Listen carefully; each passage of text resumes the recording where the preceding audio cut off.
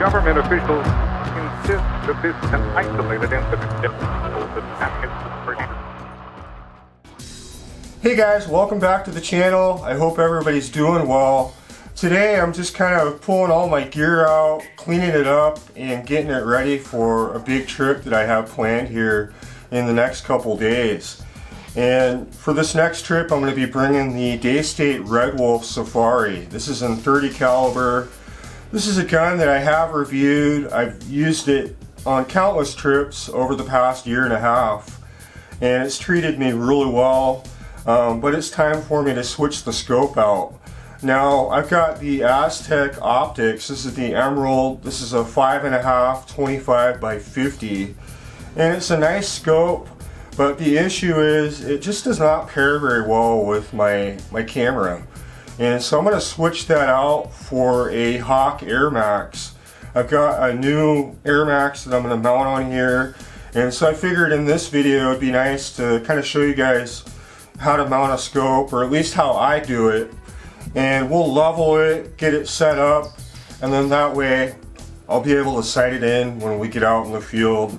And I'll have a nice new scope on here, and I can get this thing all cleaned up because it's been sitting on the wall for a couple months, and so it just needs a little bit of attention.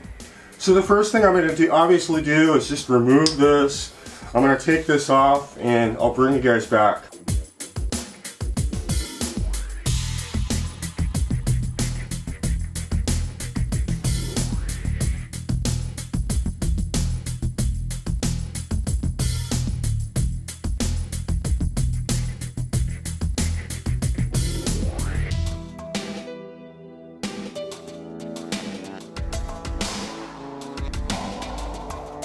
So now that I got the scope off, I got the rings off, I'm going to take a little brush. This is a soft brush, and I'm just going to go over everything, make sure there's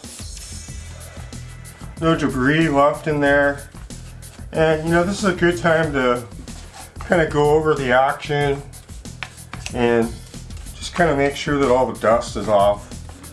And like I said, you know, this is a good opportunity to kind of wipe everything down, make sure it's clean, try and get as much dust off as you can, because it makes it a lot easier without the scope.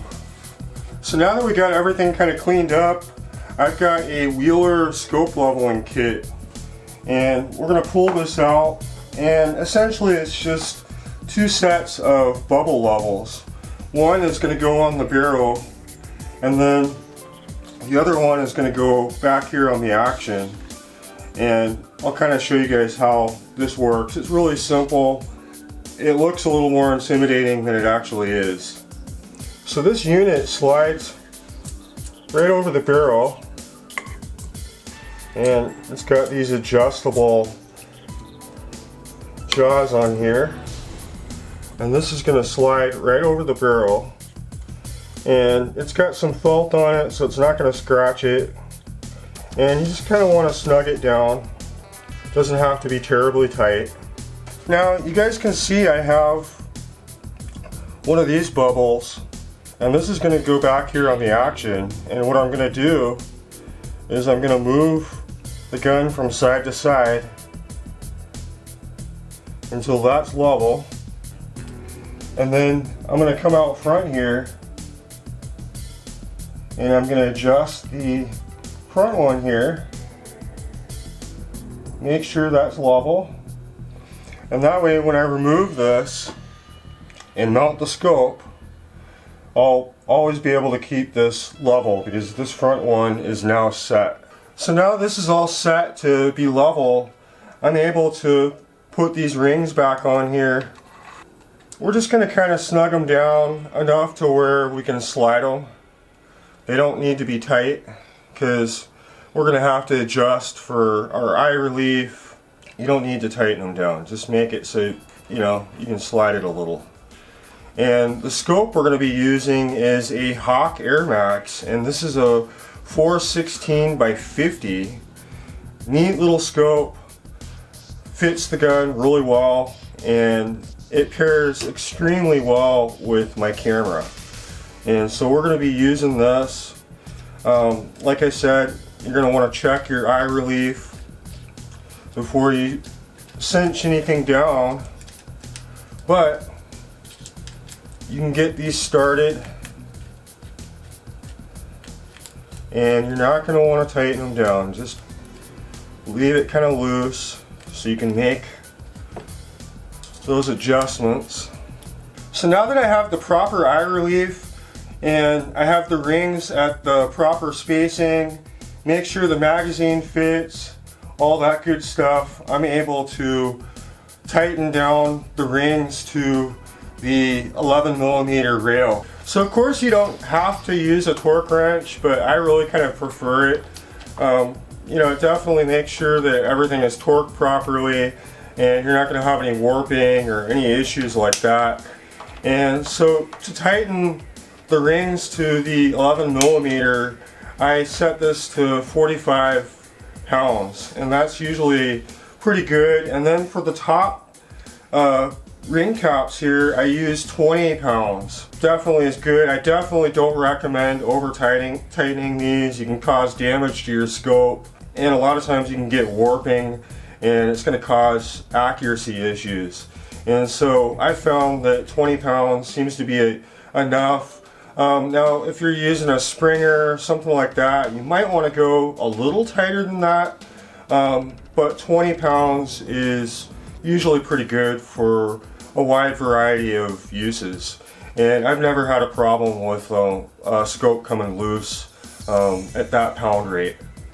So now what I want to do is I want to center the scope, and how I'm going to do that, how I like to do it, is to actually remove one of the turret caps here.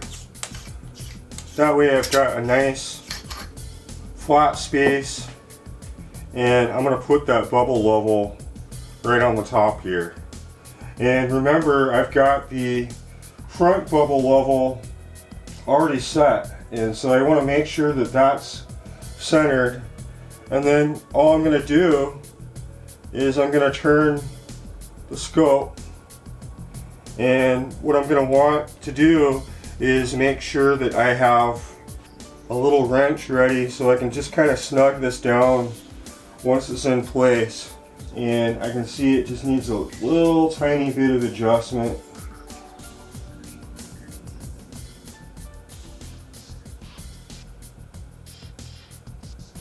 And then I can kind of snug these down.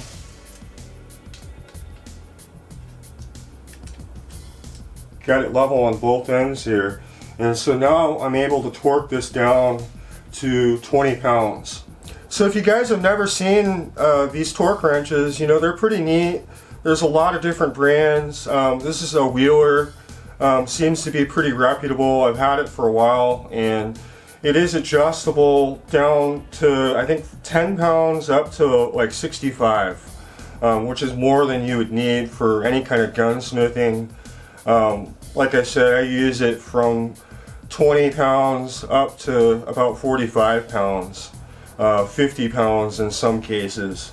And you know, it's definitely helpful to have the tools for the job, and that way I can just kind of snug this down, and you're not going to have anything kinked. You're not going to have one tighter than the other.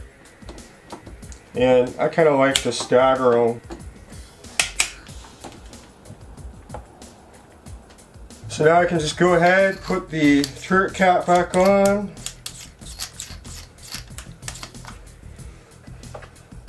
Put the sunshade on that came with the scope. Go ahead and pull this front level off. And we're ready to rock. Yeah, these things are definitely nice to have. You know, they weren't very expensive. I think I got them on Amazon. I think the whole kit was like 50 or 60 bucks, something like that. Definitely nice having the torque wrench. Definitely a useful tool. And they come in a case, so you're not going to lose everything. So this gun is pretty much ready to rock. Excited to get it out. I've wanted to switch the scope out for a while. I've just been kind of lazy. But as you guys can see, it really doesn't take that long to level it out.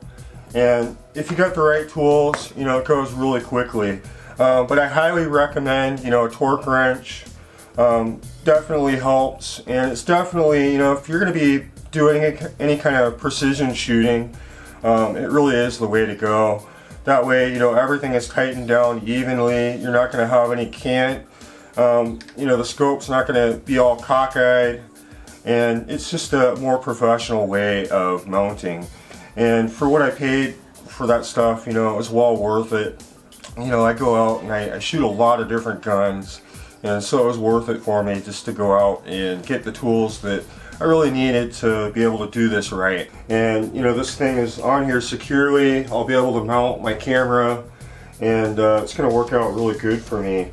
But until then, I really appreciate you guys watching, appreciate the support, and we'll talk to you soon.